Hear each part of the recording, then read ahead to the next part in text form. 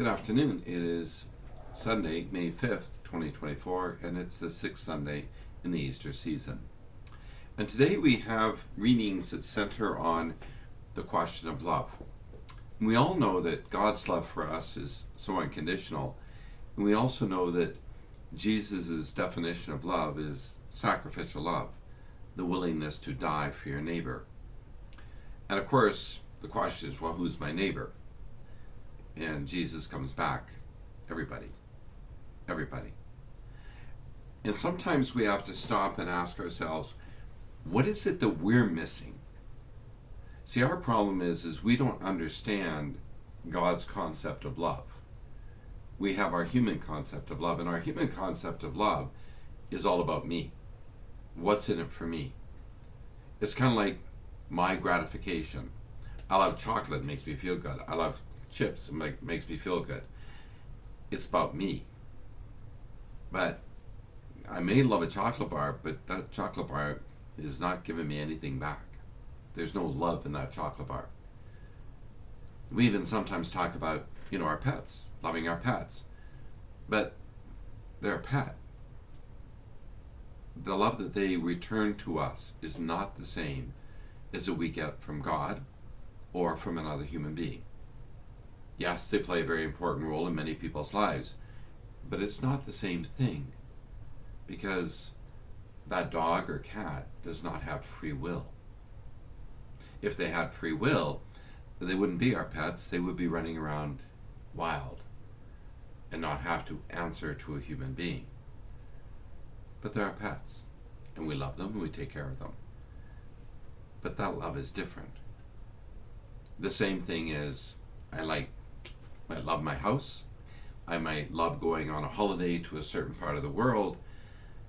And again, it's not the same as what God talks about. God so loved us that in the fullness of time, he sent his only Son into the world to be one like us in all things but sin. And he did this for our salvation. He did this so that you and I might spend all of eternity with him. Why? Well, why did God create us in the first place? God doesn't need us. It's not a requirement for him. But he created us for relationship. And he loves us unconditionally.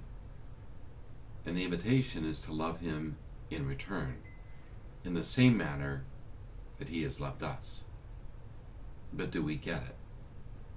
And in our society, we have the same within the marital sphere. When the husband loves the wife and the wife loves the husband, the love that flows and is reciprocated is God made present in the world. Because the husband is supposed to always be looking for the good of the wife. And the wife is supposed to be looking for the good of the husband. Now, this is the perfection. The sadness is our sinfulness. And how our sinfulness is about me. What am I getting out of this? Instead of how much more can I put into it? Selfless love is not looking for anything in return, but loving anyway, in the same way that God loves us. Think about it from this point. Jesus loved us so much that he suffered and died for us. He died on the cross for us. And how many people walk away from that? How many people say, I don't need God in my life. I don't need Jesus in my life. I'm fine without that. Many people turn away from their faith because they don't think they need God. Or they take God's mercy and compassion for granted. They think that God will forgive them in the end. Well, love is about a relationship. When I was very, very young, I was told that my relationship with God is like my relationship with Grandma. If Grandma invites you over to the house for supper, but you tell Grandma you're too busy, and you don't go, and Grandma invites you again, and you tell Grandma you're too busy, and Grandma may invite you a third or fourth time before Grandma stops inviting you. And then come Christmas time, there's no presents under the tree. It's about a reciprocation of relationship. God constantly fills us with his graces and blessings. Every time we go to celebrate the Mass, we receive the body, blood, soul, and divinity of Jesus Christ. There's nothing that we have that is more valuable. But that's not it. On top of that, God gives us the gift of grace. But how often do we receive the gift of grace, put it on the shelf, and never unpackage it? How often do we accept gifts from God, but we don't really discover what's the gift? Every one of us is gifted and graced by God. Every one of us is created unique and special, and has a special place in God's heart. But where's the special place in our heart for God? As Canadians, we have 54 holy days of obligations. 54 days in which we are expected to be in the church.